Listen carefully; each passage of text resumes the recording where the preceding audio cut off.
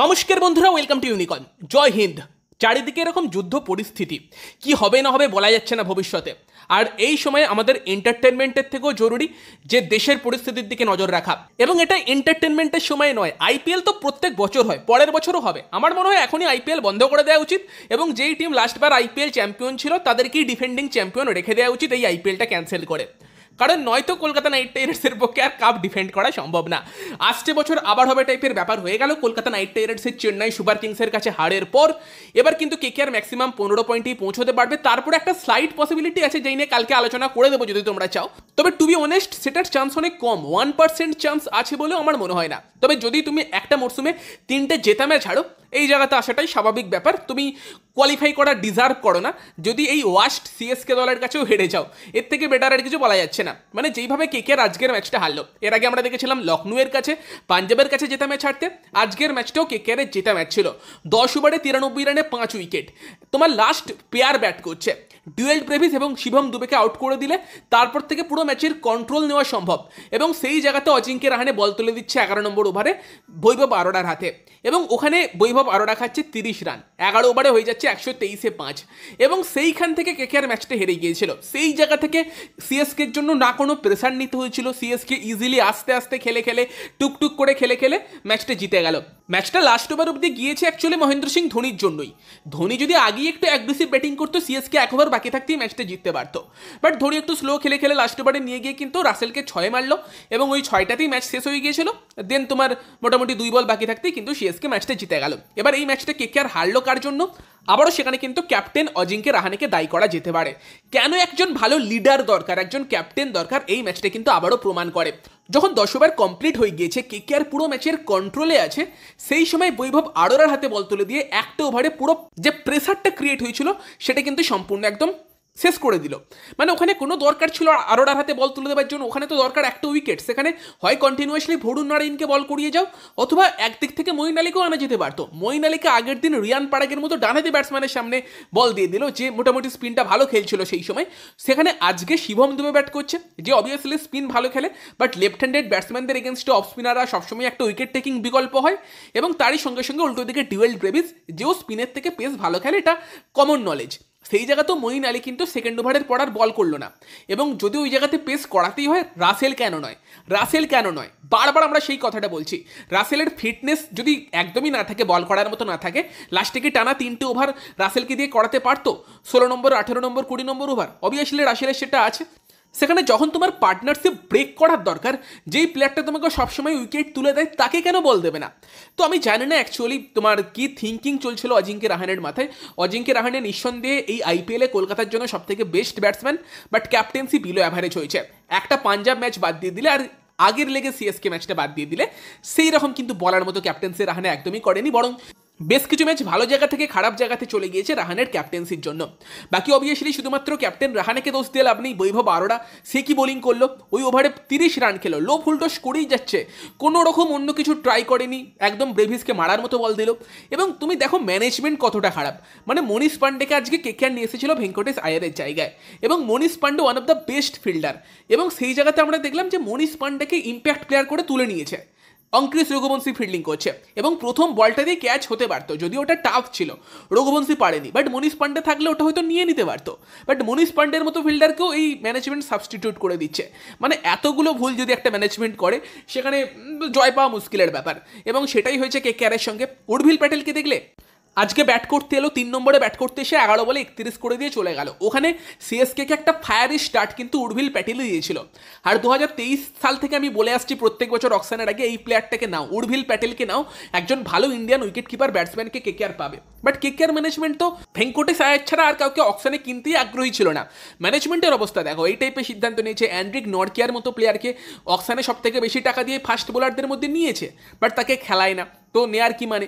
তো সেখানে এই মরসুম কেকেআরের অনেক ভুল ছিল। তারপরও কেকেআর যে এখনো অবধি এই জায়গাতে আছে, টেবিলের মাঝামাঝি শেষ করবে, সেটা অনেক ভাগ্যের ব্যাপার। এবং তার জন্য অবভিয়াসলি কিছু কিছু প্লেয়ারের কৃতিত্ব আছে, যার মধ্যে মেনলি নারায়ণ ভরুণের কম্বিনেশনটা, তার সঙ্গে আন্দ্রে রাসেল বেশ কিছু ম্যাচে কখনো বল হাতে কখনো ব্যাট হাতে ম্যাচ জিতিয়েছে, সেইগুলোর জন্যই। এবং রাহানে অবভিয়াসলি আজকেও বেস্ট ব্যাটসম্যান ছিল, দারুণ ব্যাটিং করেছে, বাট ক্যাপ্টেন্সি নিয়ে প্রশ্ন থাকবেই। তো মোটামুটি এবার পরের বছরের জন্য ভাবনা চিন্তা করতে হবে, কেকেআর দলকে নতুন করে ভাবতে হবে। টু বি অনেস্ট আজকের ম্যাচে অনুকূলকেও খেলানো যেত, তাকে দিয়ে আরও বেশি হয়তো বল করানো যেত, যেটা আলোচনা করেছিলাম প্রিভিউতে। বাট কি আর করা যাবে, যেটা আবার হয়ে গিয়েছে এই মরশুম। এবং এই মরশুমে যে এত দূর অবধি লাস্ট দুটো ম্যাচের আগে অবধি কেকেআর আশা বাঁচিয়ে রাখতে পেরেছিল, এটাই অনেক বড় ব্যাপার। তবে আজকের ম্যাচটা জেতা উচিত ছিল। ফার্স্টে ব্যাট করতে গিয়ে কেকেআর 179 রান করে, যেটা এখানে একদম অ্যাভারেজ একটা স্কোর ছিল। ইডেনে জেতার জন্য যেমনই পিচ হোক না কেন 200 রান মতো তোমার দরকার, কারণ বাউন্ডারি ছোট। গুরবাজ ওপেন করতে আসে 9 বলে 11 করে চলে যায়, জাস্ট ব্লাইন্ড স্লক করে। 9টা বলের মধ্যে 6টা বলের কোনো আইডিয়াই ছিল না। দেন রাহানি এবং তোমার সুনীল নারায়ণের মধ্যে সব থেকে বেস্ট পার্টনারশিপটা হয়। আবারও কেন এই দুজন ওপেন করছে না সেই নিয়ে আমি প্রশ্ন বারবারই তুলছিলাম, এবং সেই জায়গাতেই কেকেআর কিন্তু সব থেকে বেস্ট ব্যাটিং করে এই ম্যাচের মধ্যে। পাওয়ার প্লেতে কেকেআরের স্কোর হয় 67, যেটা যথেষ্ট ভালো স্কোর ছিল, এবং সেখানে রাহানে যথেষ্ট ভালো ব্যাটিং করে।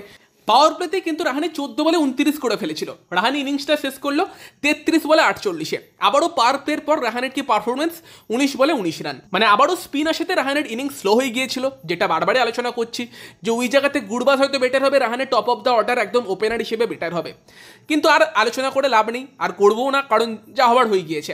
দেন সুনীল নারায়ণ 17 বলে 26 করে খুব লেজিভাবে আউট হয়ে যায়। দেন রঘুবংশী আসে, রঘুবংশীকেও কিন্তু আউট করে দেয় নূর আহমেদ। রেয়ার ফেলিওর হতেই পারে রঘুবংশীর তরফ থেকে। দেন মনীষ পান্ডে ব্যাট করতে আসে। ওই জায়গাতে একটু ইনিংসটা ধরারও দরকার ছিল, তবে এবং সিঙ্গেল নিয়ে ইনিংসটাকে এগিয়ে নিয়ে যাবারও দরকার ছিল। তবে তোমার পাওয়ার প্লে শেষ হবার পরের দুটো ওভার কিন্তু কেকেআর একদমই রান আসেনি।